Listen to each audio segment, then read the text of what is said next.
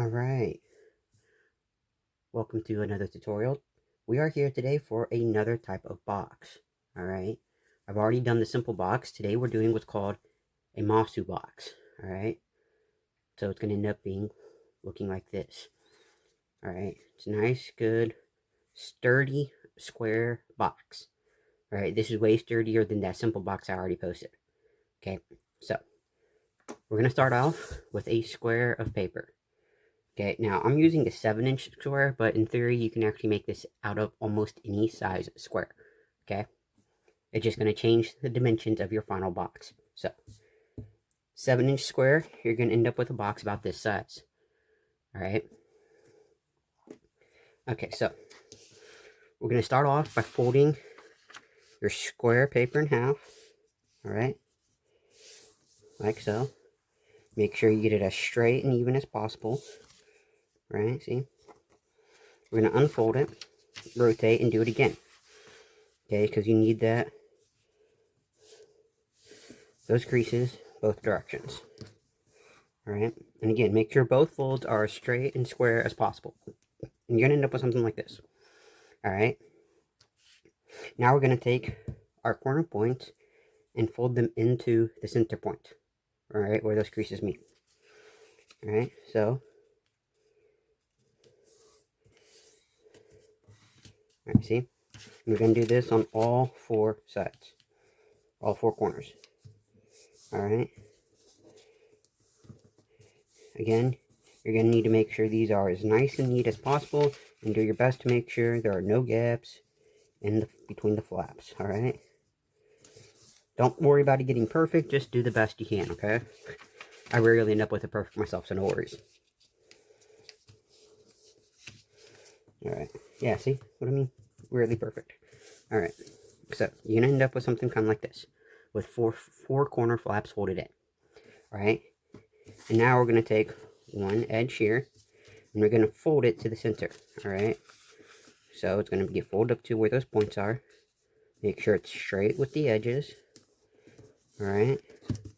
You're going to end up with like this. And you're going to need to do this both sides. Alright. So you actually end up with something like this, see?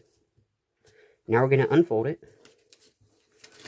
And we're going to do the same thing, but opposite. So you're actually going to need 4 sets of these creases. Alright. So we're going to take our other sides and do the same thing. Fold it to the center.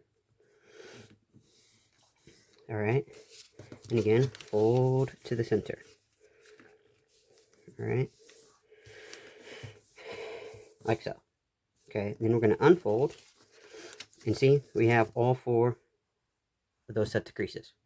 Okay, now we're going to take 2 of these corner pieces that we folded in originally, and we're going to unfold them. We're going to fold sides back in, the other sides, mind you, back in along those creases we just made. So we're going to end up with something like this. Now, see here? Okay, see here where there's the diagonal? Alright, where the flaps folded in? We're going to need to fold along that diagonal and make a crease. Both directions. Alright. And we're going to need to do this on both ends. Alright. So. Now there's a crease already there that you can use, but I prefer to go ahead and recrease it to make sure our next step functions better. Alright, so. Now you have all these nice diagonal creases on the ends made. So we're going to pull up these sides, and we're going to leave these center flaps. Alright, see this part here? They need to stay down. Alright, and then we're going to use all those creases on the end. Alright, and we're going to fold these flaps in and just fold the ends, alright, over all of those flaps. So we end up with something like this. Alright, and we're going to do the same thing again on the other side. Alright, fold up, collapse the flaps, fold over those flaps,